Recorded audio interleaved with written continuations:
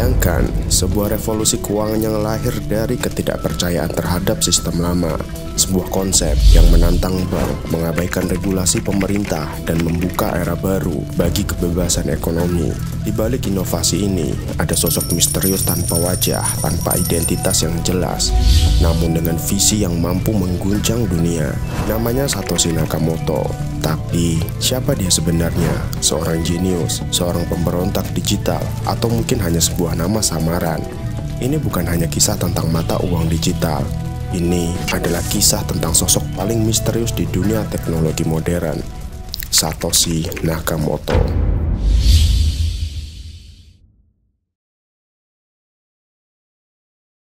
Tahun 2008, dunia sedang menghadapi krisis keuangan global. Bank-bank raksasa runtuh, triliun triliun dolar dilakukan oleh pemerintah, dan kepercayaan publik terhadap sistem keuangan mulai goyah. Di tengah kekacauan ini, sebuah dokumen muncul di internet, white paper berjudul Bitcoin A Peer-to-Peer Electronic Cash System, dirilis pada 31 Oktober 2008 oleh seseorang dengan nama Satoshi Nakamoto melalui milis kriptografi.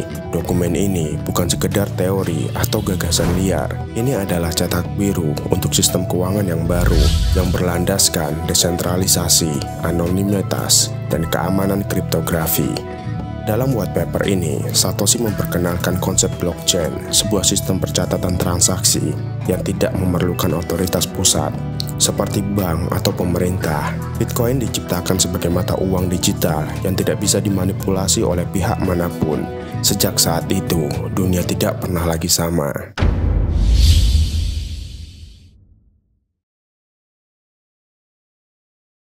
Januari 2009, blok pertama Bitcoin disebut sebagai Genesis Block ditambang oleh Satoshi Nakamoto. Ini adalah awal dari revolusi keuangan digital yang akan mengguncang dunia. Namun, ada sesuatu yang unik tentang blok pertama ini.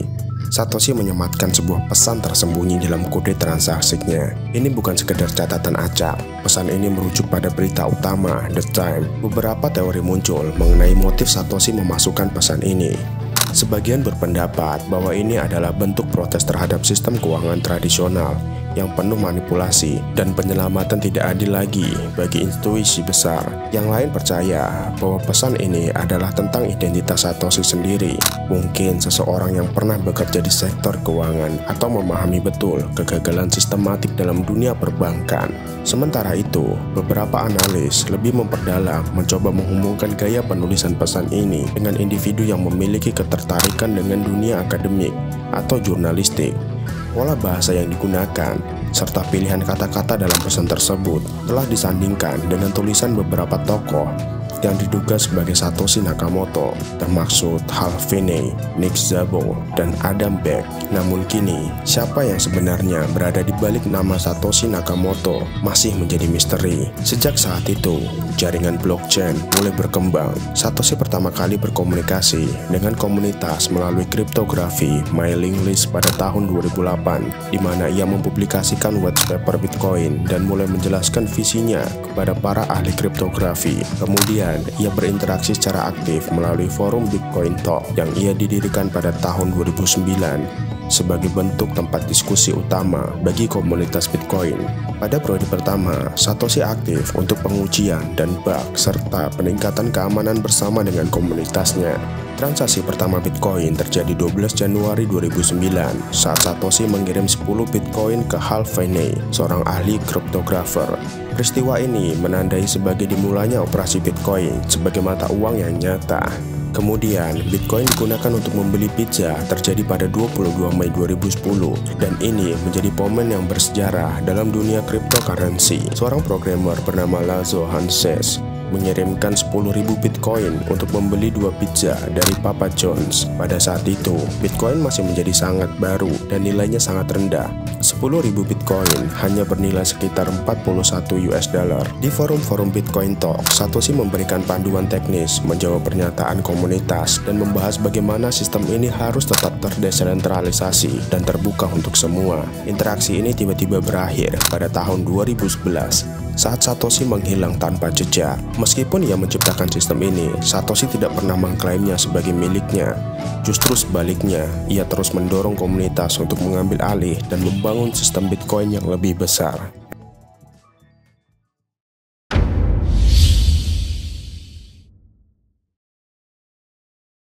April 2011, Satoshi Nakamoto mengirimkan pesan terakhir pada komunitas setelah menyerahkan kontrol jaringan kepada yang lain. Saya tidak lagi terlibat dan saya harap semuanya akan berjalan dengan baik. Dan setelah itu, dia menghilang. Tidak ada lagi email, tidak ada lagi pesan, semua komunikasinya berhenti begitu saja. Namun, yang lebih mengejutkan, wallet Bitcoin yang diketahui milik Satoshi berisi lebih dari 1 juta BTC, senilai miliaran dolar hingga hari ini.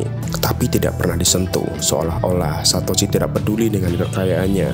Mengapa Satoshi menghilang? Serta bagaimana kelanjutan Bitcoin ini? Pertanyaan tersebut meninggalkan banyak tanda tanya oleh banyak orang, akan tetapi tidak ada satupun orang di dunia ini yang bisa mengetahuinya.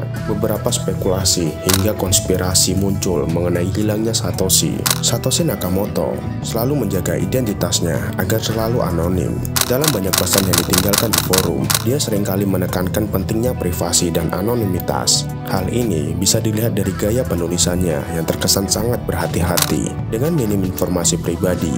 Misalnya, Satoshi jarang berbicara tentang dirinya secara langsung dan hampir tidak pernah memberikan rincian pribadi yang bisa mengarah kepada identitasnya. Pada awalnya, setelah Bitcoin mulai mendapatkan perhatian, sejumlah individu mulai membicarakan kemungkinan Satoshi dalam bahaya, mengingat Bitcoin mulai menarik perhatian dari berbagai pihak, termasuk pemerintah dan kelompok-kelompok dengan kepentingan ekonomi. Selama periode awal pengembangan Bitcoin, banyak pihak yang berharap Satoshi tetap terlibat dalam pengembangan dan pengambilan keputusan mengenai Bitcoin. Namun, Satoshi tampaknya tidak tertarik untuk terus memegang kekuasaan atau kontrol atas sistem yang dia ciptakan. Dalam pesan terakhirnya, Satoshi menyarankan agar pengembangan Bitcoin dilanjutkan oleh komunitas. Beberapa pengembang dan peneliti berpendapat bahwa Satoshi mungkin sudah melanjutkan pekerjaan dan proyek yang lain. Tidak ada komunikasi lebih lanjut dari Satoshi setelah tahun 2010, dan seiring berjalannya waktu, pengembangan lain mulai mengambil alih pengembangan Bitcoin. Beberapa ahli berpendapat bahwa Satoshi Nakamoto bukanlah individual tunggal, tetapi bisa jadi merupakan kelompok atau organisasi. Hal ini didasarkan pada kompleksitas teknis Bitcoin dan pengetahuan luas yang diperlukan untuk mengembangkan teknologi tersebut. Misalnya, Bitcoin memerlukan pemahaman mendalam tentang kriptografi, jaringan komputer, ekonomi, dan teori permainan. Salah satu bukti yang menunjukkan bahwa Satoshi mungkin menghilang karena alasan pribadi yang ditinggalkan pada tahun 2010-2011. Pesan-pesan terakhir dari Satoshi di forum dan email tidak menunjukkan niat untuk terlibat. Setelah itu, pengembang seperti Gavin Andresen mulai mengambil peran utama dalam pengembangan Bitcoin. Hilangnya Satoshi Nakamoto juga menimbulkan konspirasi. Beberapa orang berpendapat bahwa Satoshi adalah identitas yang sengaja dibuat untuk menjaga anonimitas. Konon, ini kemungkinan pengembang untuk menjaga proyek Bitcoin murni tanpa adanya pengaruh pribadi atau kepentingan komersial. Ada yang percaya bahwa Satoshi masih hidup dan secara diam-diam memantau perkembangan Bitcoin tanpa ingin muncul ke publik.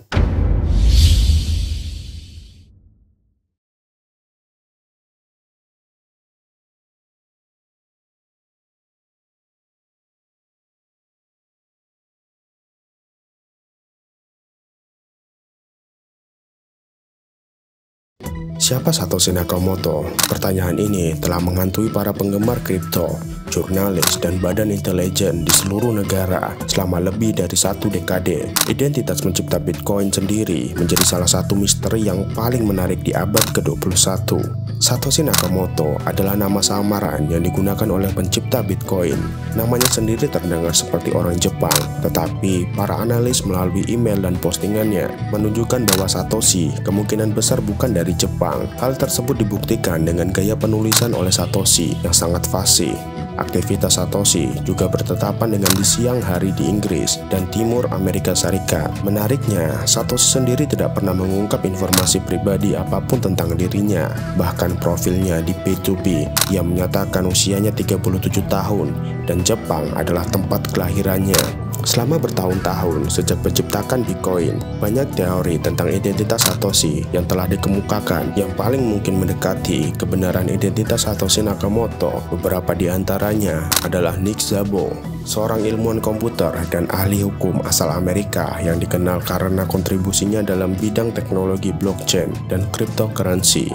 Ia adalah pencipta dari konsep BitGold yang dianggap sebagai salah satu pendahulu dari Bitcoin. Konsep BitGold yang diciptakan memiliki banyak kesamaan dengan Bitcoin, baik dari segi filosofi maupun teknologi. Banyak orang berpendapat bahwa Bitcoin adalah pengembangan atau implementasi nyata dari ide yang dikemukakan oleh Szabo. Para ahli berpendapat bahwa gaya penulisan Nick Szabo mirip dengan gaya penulisan Satoshi Nakamoto.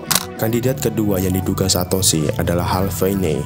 Hal Finney adalah seorang programmer dan pengembang perangkat lunak yang terkenal dalam dunia kriptografi dan teknologi blockchain. Ia dikenal karena perannya dalam proyek Bitcoin yang merupakan salah satu orang pertama yang berinteraksi dengan Satoshi Nakamoto. Hal Finney diduga sebagai Satoshi Nakamoto karena beberapa alasan. Meskipun ini masih menjadi spekulasi tanpa bukti yang pasti. Hal Finney adalah salah satu orang pertama yang menerima transaksi Bitcoin dari Satoshi Nakamoto pada Januari 2009. Ia menerima 10 Bitcoin pertama dalam sebuah transaksi yang dilakukan oleh Satoshi. Ini menunjukkan hubungan langsung antara mereka berdua di awal pengembangan Bitcoin. Kandidat ketiga, Dorian Satoshi Nakamoto, seorang insinyur komputer asal Amerika yang menjadi terkenal setelah ia dikaitkan dengan identitas misterius.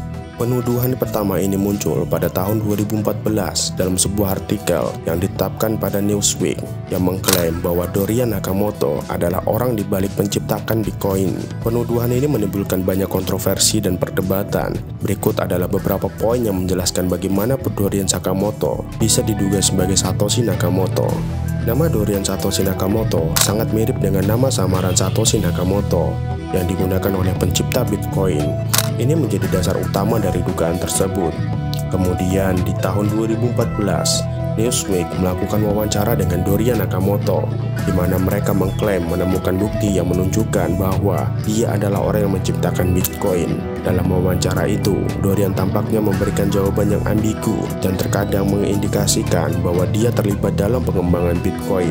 Dorian dengan tegas membantah klaim tersebut setelah artikel Newsweek diterbitkan. Dia menyatakan bahwa tidak pernah terlibat dalam pengembangan Bitcoin dan tidak tahu apa-apa tentang cryptocurrency. Dia bahkan mengungkapkan bahwa dia tidak pernah menulis kode untuk Bitcoin dan tidak mengetahui siapa yang ada di balik proyek tersebut.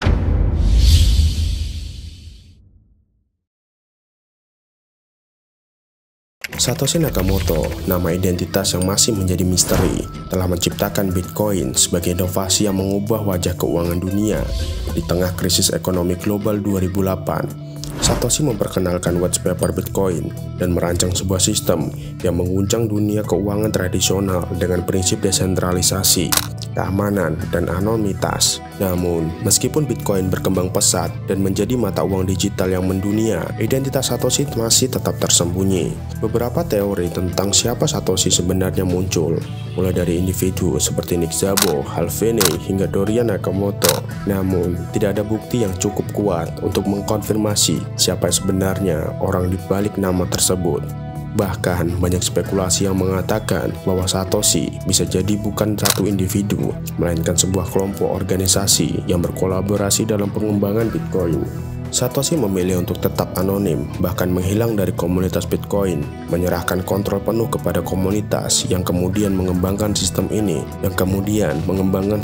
lebih jauh. Meskipun wallet Bitcoin yang diketahui milik Satoshi berisi lebih dari 1 juta BTC yang nilainya kini bernilai miliaran dolar, tidak ada satupun transaksi yang menunjukkan ia pernah menyentuhnya. Mengapa Satoshi menghilang dan apa sebenarnya yang dia inginkan dengan Bitcoin masih menjadi teka-teki yang belum terpecahkan. Yang jelas, Bitcoin telah berkembang melampaui penciptanya dan telah membuka jalan bagi teknologi blockchain dan berbagai inovasi kripto lainnya. Misteri Satoshi Nakamoto, salah satu misteri yang terbesar pada abad ke-21 yang terus memikat para penggemar kripto, jurnalis, dan badan intelijen seluruh dunia. Sampai saat ini, hanya satu hal yang pasti, Satoshi Nakamoto berhasil menciptakan sesuatu yang lebih besar dari dirinya sendiri, yang akan terus berlanjut tanpa tergantung pada identitas siapapun.